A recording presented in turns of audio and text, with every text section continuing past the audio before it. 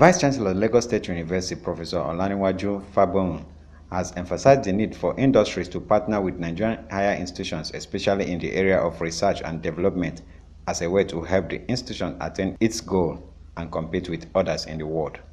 It is no longer news that Nigerian university education system, owing to a certain number of factors, have surrendered its lead in Africa to smaller countries like South Africa, Ghana, among others, with each university holding distant ranking among the top universities in the world. Ban Television, in its continuous visit to institutions of higher learning in Nigeria, was at Lagos State University to ascertain the level of development and challenges facing the institution. Before now, LASU had been in a series of crises from the student union government to the management, which informed the removal of Professor John Obafunwa as the Vice Chancellor and the appointment of Professor Fabo as the new Vice Chancellor by the Lagos State Governor Akinwumi Ambode early last year. All seems to be calm when the new Vice Chancellor was appointed. When asked the secret behind the relative peace in the institution, he said, "When I came in, I realized that I was meeting a university that was challenged in different ways. And I felt the first thing I should do is to get every member of the university community, get them to become a part of my vision for running the university. Naturally, I adopted the inclusive governance approach and the we mantra of not saying I, using we, and just not using the we, making sure that everybody is part of the decision making. I also ensure that we brought to bear the committee system in the running of the university, which meant that every faculty, every unit was part of the decision making at every point in time, including the students' union, because we see them as critical component of the governance process. And I sold my vision to all the different areas. I sat with the unions, I met with the respective faculties, I met with the students' union, I shared my agenda with them, and they all bought into it. The Vice Chancellor said for progress to be seen in universities, the gap between the industries and institutions must be closed, saying there must be a synergy between the two. A major challenge I see is funding. When you talk about funding in itself is not the challenge. The challenge is you must bring to bear ideas that will attract the funds. But you have a situation where there is a disconnect between the industry and the universities.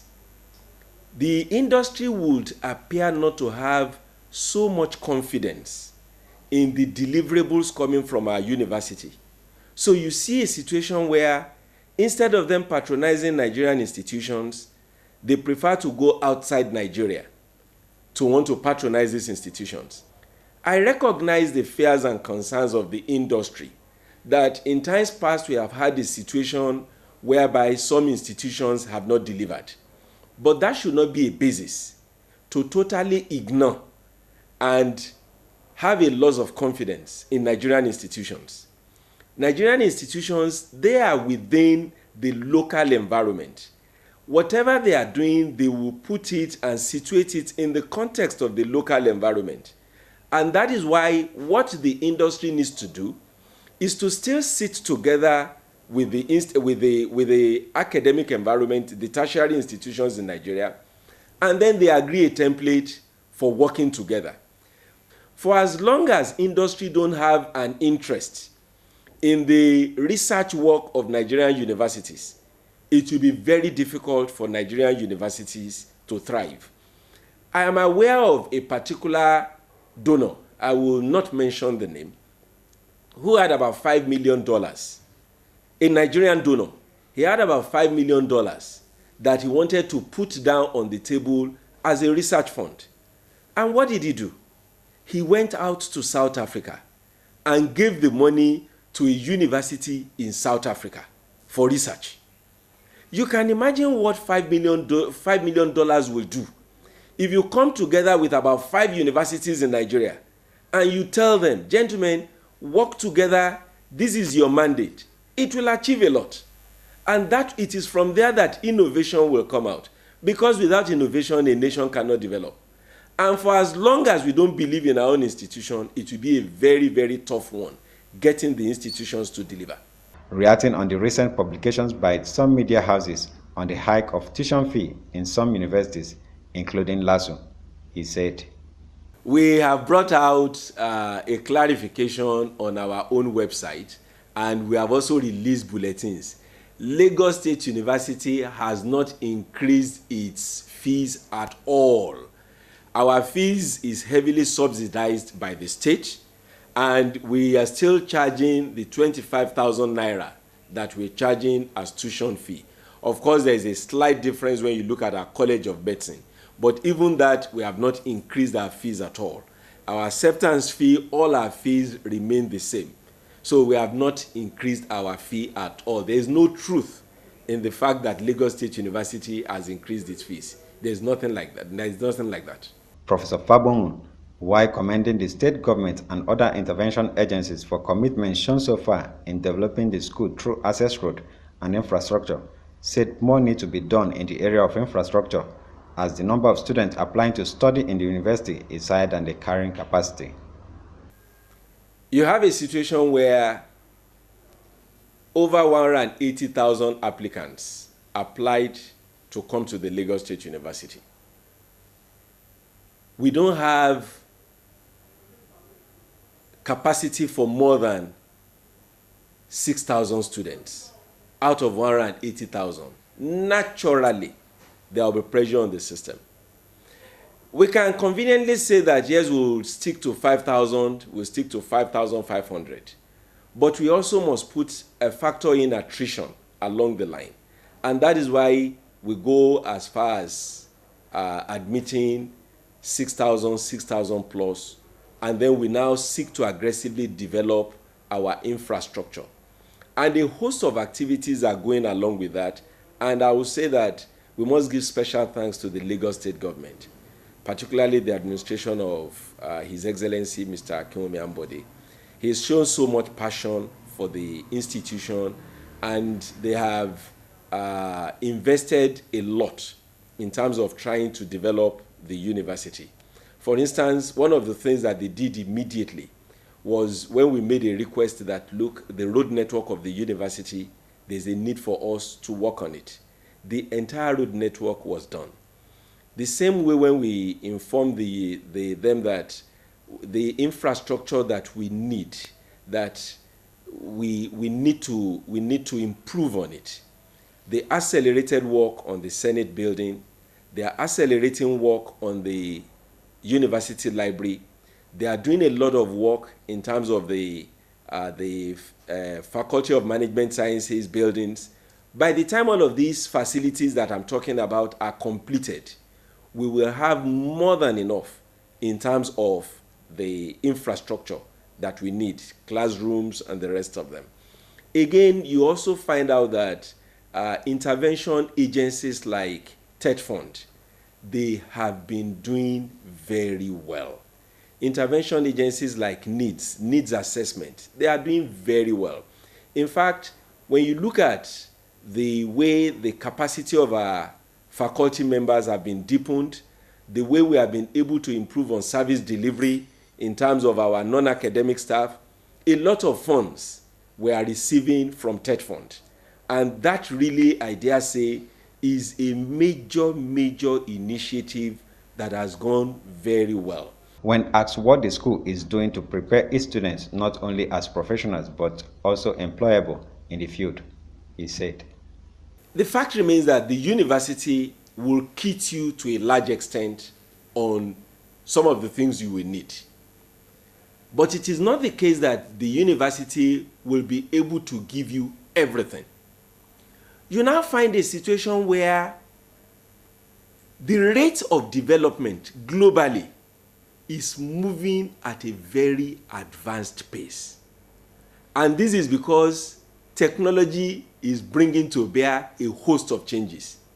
So you find out that the curriculum of yesterday, the curriculum of 2 years, 5 years ago, if you are not careful, is not able to meet the skills demands of today, the skills demand of tomorrow. And that is where I said there is a gap between industry and the institutions. What is it about the Ready Set Work program? We have 13 weeks. Every Saturday, all our students, and when I say our students, I'm talking of tertiary institutions in Lagos. All the students, final year students, we started this program last year. Final year students, they are brought together. For 13 weeks, you will see industry leaders coming in, they will give them a lecture. Then they will break them into two streams. When we started it last year, we broke them into two streams. We have the entrepreneurship stream, and then we have the employability stream. So that you move forward, they kit you with necessary skills, they let you know the kind of work ethics that you need so that employers of labor will be interested in you. We did that. And at the end of the 13 weeks, they will now go in, and some of them will go in for internship. Some of the corporate bodies that were involved will adopt them. They will go in for internship of 3 months. They will go in for internship of 6 months. And that was the kind of thing we did. This year, we have further fine-tuned it. And the way the state has, working together with the collaborating partners, that is the corporate bodies, and so many of them are very much involved this year, working together with these collaborative partners, what they have done is, we are no longer breaking them into two streams. We are taking all of them through all the streams so that you develop competencies in relation to entrepreneurship, you develop competencies in relation to employability, such that anytime you now decide to make up your mind what to do, you are sufficiently skilled, you are sufficiently tooled in terms of how you will deliver on what is required and expected of you by the industry. So you see that this collaborative arrangement is working very well for us at the Lagos State University. If you go to the UK, if you go to the US, if you go to South Africa, this kind of thing about Ready Set Work has been in place for quite some time, which is why you don't see too much of disparity in the skills that is required of them. But in the case of Nigeria, you saw that because we were not using that kind of collaborative arrangement. In Lagos, LM Chukwemeka reports.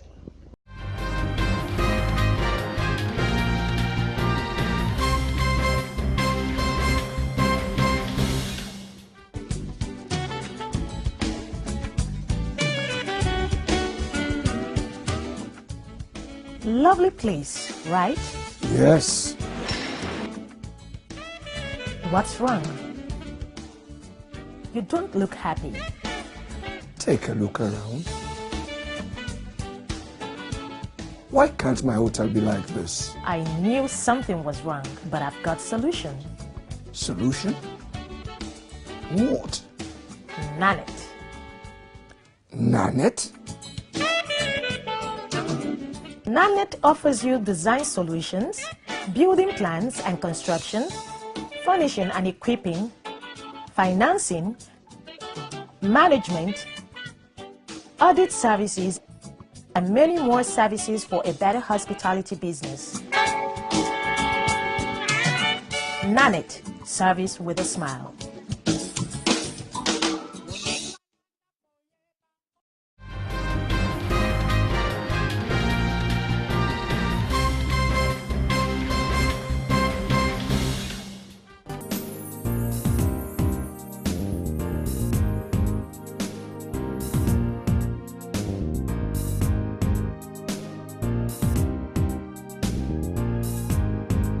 And defend the Constitution of the Federal Republic of Nigeria.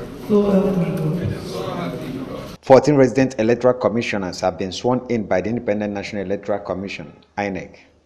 INEC Chairman Professor Mahmood Yakubu, at the swearing-in of the new commissioners in Abuja, charged them to be responsible in managing personnel, processes, and resources in their various states of posting. 2 out of the 14 commissioners were reappointed for a second term and final term, while 12 are fresh appointed. Managing elections is no ordinary responsibility.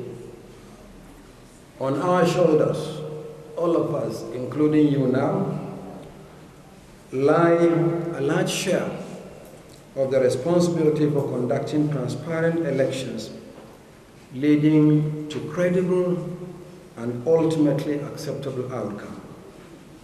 The 2015 general election in Nigeria has been rightly acclaimed all over the world as a turning point in our democratic evolution, a pride to INEC, a pride to the Federal Republic of Nigeria. As resident electoral commissioners, you will be posted to states.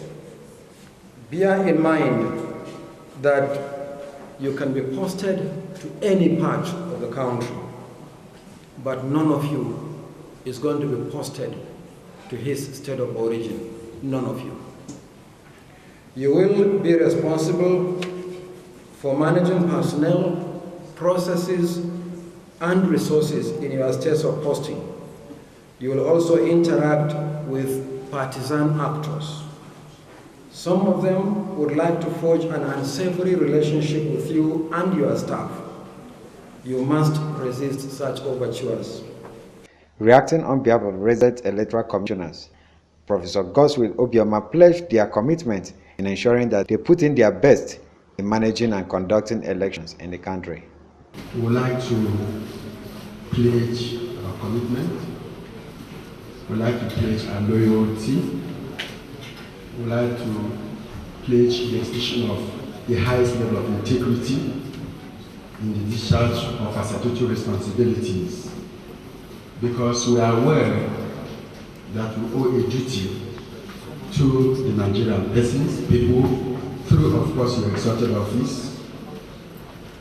And so, having taken that into account, as provincial umpires in various states, local governments, and communities, we will pledge that we will abide by the code of conduct and ethics.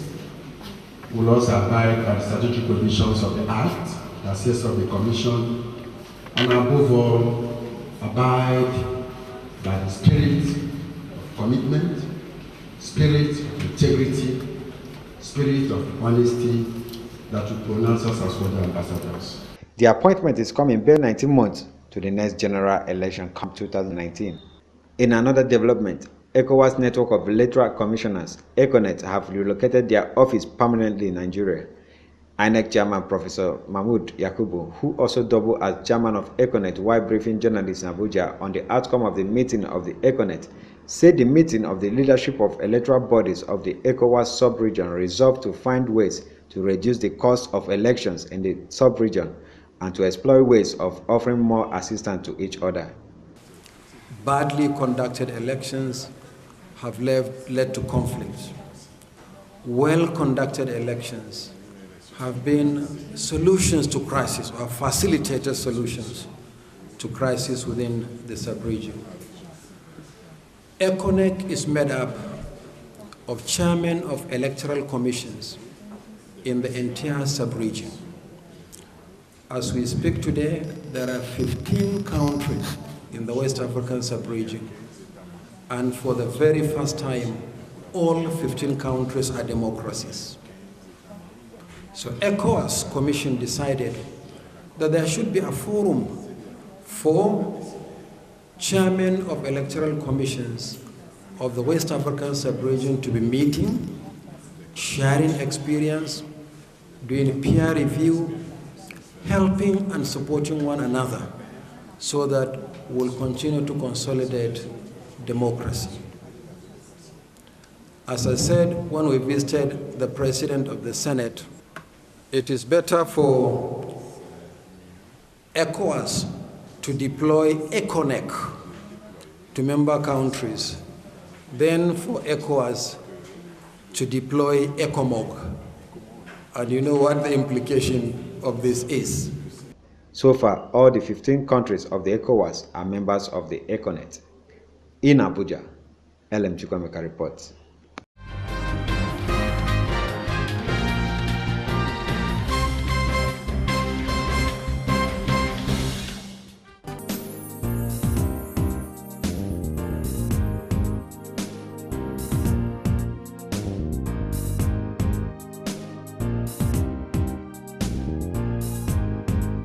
Until recently, the payment of tax and tax awareness in Nigeria is not an habit. This is because of low awareness and sensitization, as well as the perceived belief that there are no benefits in paying tax. This negligence has robbed the country so much revenue both from foreign investors as well as individual business owners. The Minister of Finance, Kemi Adeosun, recently at the public forum gave a statistics of only 214 companies that pays tax in Nigeria. As part of measures to correct this common error, the country has reviewed its tax laws as a first step in getting Nigerians to avoid the complex nature of tax payments. To correct this measure, the federal government recently launched the Voluntary Asset and Income Declaration Scheme and the declaration of every Thursday as Tax Thursday to create awareness among Nigerians on payment of tax and its accrued benefits. At the first Thursday sensitization program at the major shopping centers in Abuja, the Federal Capital Territory, the Executive Chairman, Federal Inland Revenue Service, Babatunde Fola, who led the campaign, said the aim is to encourage Nigerians to pay tax as it is being done in other parts of the world. It's time that we commit to what we call the Commonwealth of Nigeria, asking everybody to pay their taxes so government will have enough revenue to provide all the services that you and I can start to enjoy. When the acting president signed the executive order 4 in terms of tax revenue, he declared tax Thursday of every week as tax day so that we can be reminded and be encouraged to start paying our taxes the same way they do in all the developed countries and all the developing countries, even within Africa. Some of the traders, while responding, promised to collaborate with the government. We should try and help our country by helping ourselves. If we help our country, we help ourselves. They'll provide the necessary amenities for us. They've said it all. We are ready to pay our taxes because without taxes, we can't move this country forward. I want to thank you for giving us this opportunity, for collaborating with us to make sure that we make Nigeria a greater place to be. We assure you that we always support you and we always in every situation we always be. It is hoped that the recruitment of over 7,000 tax officers will help to further sensitize Nigerians on the need to pay tax and in turn generate more revenue for the government, as many Nigerians agitate that they are not seeing the benefits of paying tax to government. Osam Raffle, Ben Television.